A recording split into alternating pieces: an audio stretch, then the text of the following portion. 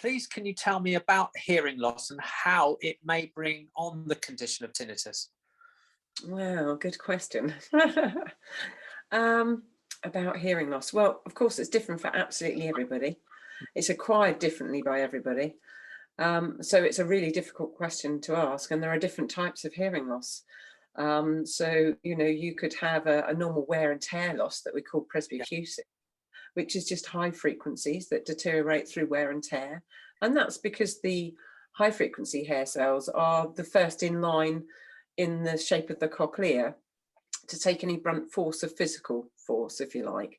So that's why those high frequency hair cells are more likely to deteriorate first. So the most common form of hearing loss would be a high frequency sensory neural hearing loss, which means a problem with the nerve rather than anything else. So wear and tear of those hair cells or the pathway or something else. But it's what we call nerve deafness, or people think of it as nerve deafness, but it's actually those hair cells that in the cochlea that are damaged through wear and tear. Some people acquire hearing loss through infection, and often, you know, there can be, again, two types of loss with that. You may get a conductive hearing loss, so your ear's blocked with glue ear, for example, and it's something children suffer with a lot.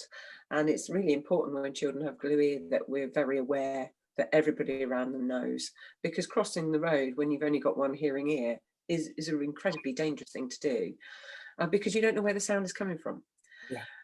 So those would be conductive problems, and it might be that the ear becomes damaged. And again, that conductive element, that middle ear part, not the inner ear, but the middle ear, has those little bones that conduct the sound. So if that's damaged in any way, we would call that a conductive hearing loss.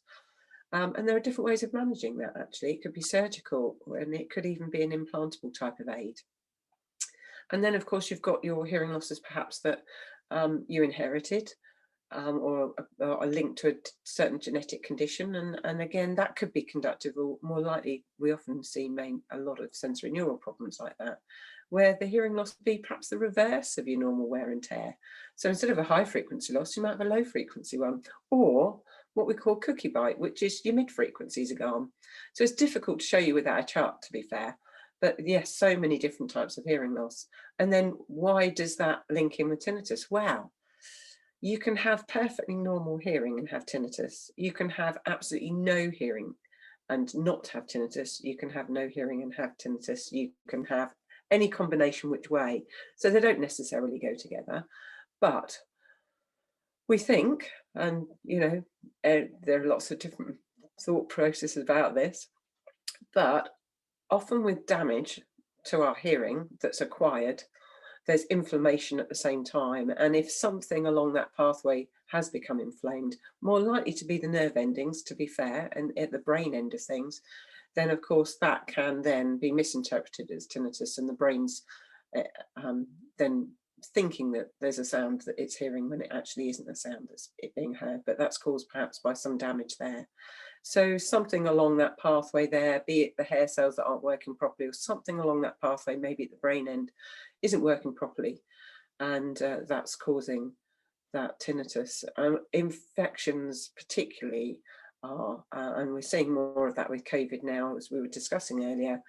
Inflammatory processes of infections are often a cause of a more transient tinnitus and won't necessarily be with you all the time. It could be something that, you know, will settle with given a good period of time, as long as you've learned to manage it and you aren't being anxious about it.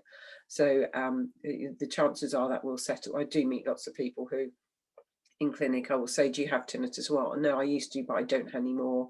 Or I used to have a problem with it and I don't have a problem with it anymore. In other words, perhaps they still have it, but it doesn't bother them at all.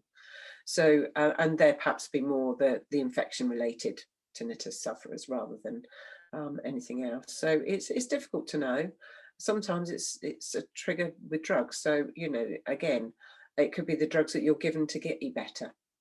You know, or if you're so seriously unwell with something like COVID and you are, you know, your blood pressure drops hideously, you know, those are big risk factors for acquiring tinnitus.